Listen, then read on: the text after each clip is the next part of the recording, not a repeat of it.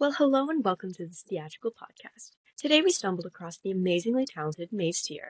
As part of Broadway's Cabaret Prologue Company and a star on the accordion, we thought they might have some insight to the industry today. So I've been doing music my whole life, but I graduated in 2020 with a degree in opera performance. Thought that's where I was going to go. The Hmm. pandemic sort of created a hard left turn, as it did for many For people many, performing yep. arts, you know. Yes. I didn't really have any prospects or opportunities. So I picked up like a dusty old accordion in my closet that I had, given up on many years ago.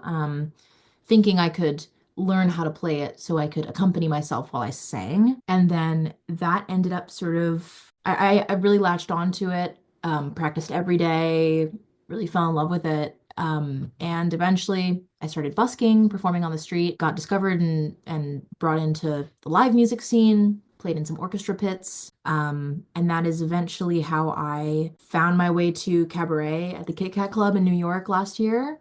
There was an Instagram casting call and I submitted my video and they liked it. I flew out to New York for the audition. They wanted to cast me, so I moved there from Portland, Oregon, which is where I am originally from and where I have grown up and done all my music before this. Yeah. So Well, that's great. I actually saw you in Cabaret last summer. I came and saw it. It's my favorite musical, like of all time. Such a magical experience. Like the pre-show and everything about it was just so like immersive and wonderful. So props to you guys. It was really incredible. Being said, like what was that experience like with Cabaret being like a show that is so political and like pertinent to today? Like what kind of effect did that have on you guys as performers?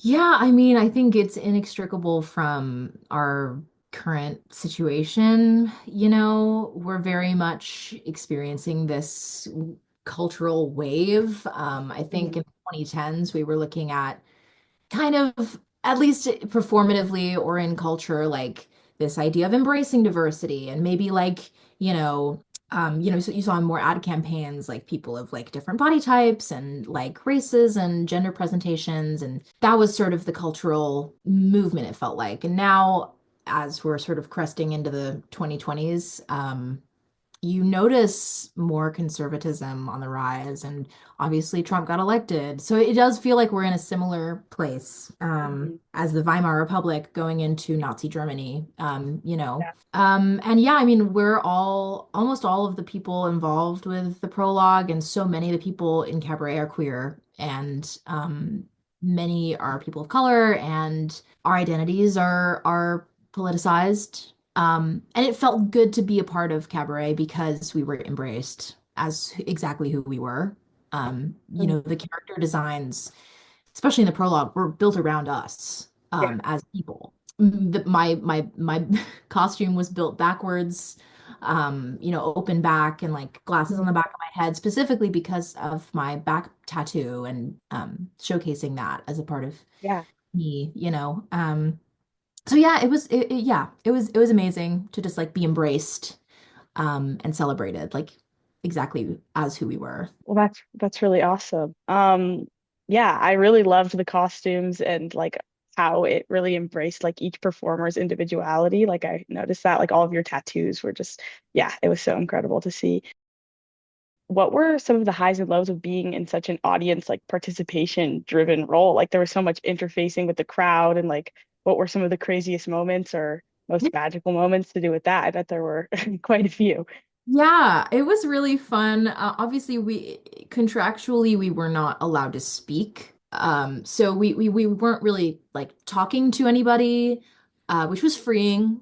I hate thinking of things to say to people, so it was Mhm. for me. Yeah, I mean, for me, like weekly, there would be some old guy who'd come up to me as I was playing and be like, "Do you really know how to play an accordion?" And I'd be like, "Well, What the hell? Yes, I'm playing the accordion. Yeah. what am I doing right now?" Yeah.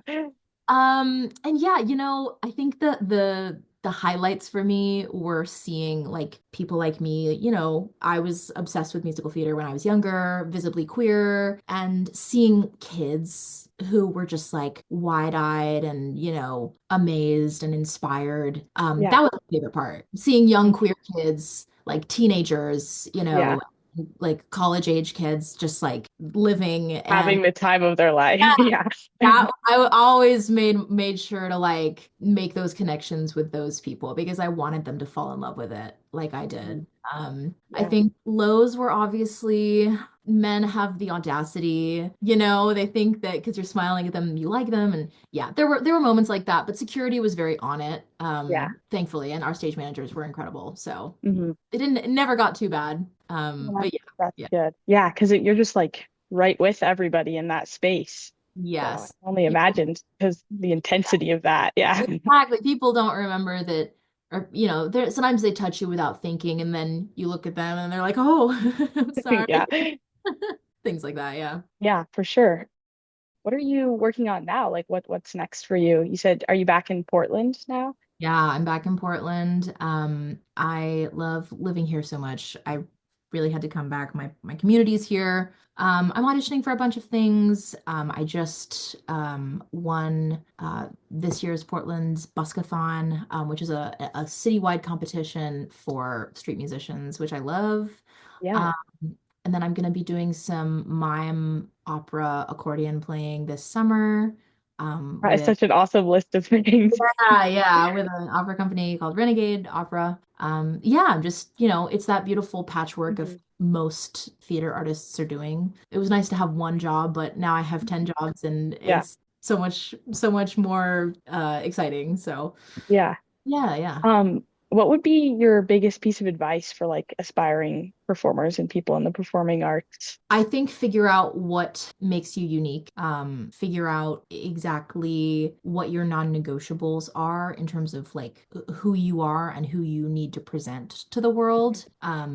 There's just no time to be trying to fit yourself into a box that you don't. And I think you're actually so much more likely to be celebrated for what makes you unique in this world, in this particular world, Mhm. then you are trying to sort of mold yourself into something that you think people want to see. I made that mistake for a long time, and now that I've really leaned into exactly what makes me different and exactly who I am, I feel like I'm better as a performer. More people can see me, and people want to celebrate that. And I think don't compromise on that. Very true. Yep. I've been learning that Yeah. here at school, definitely.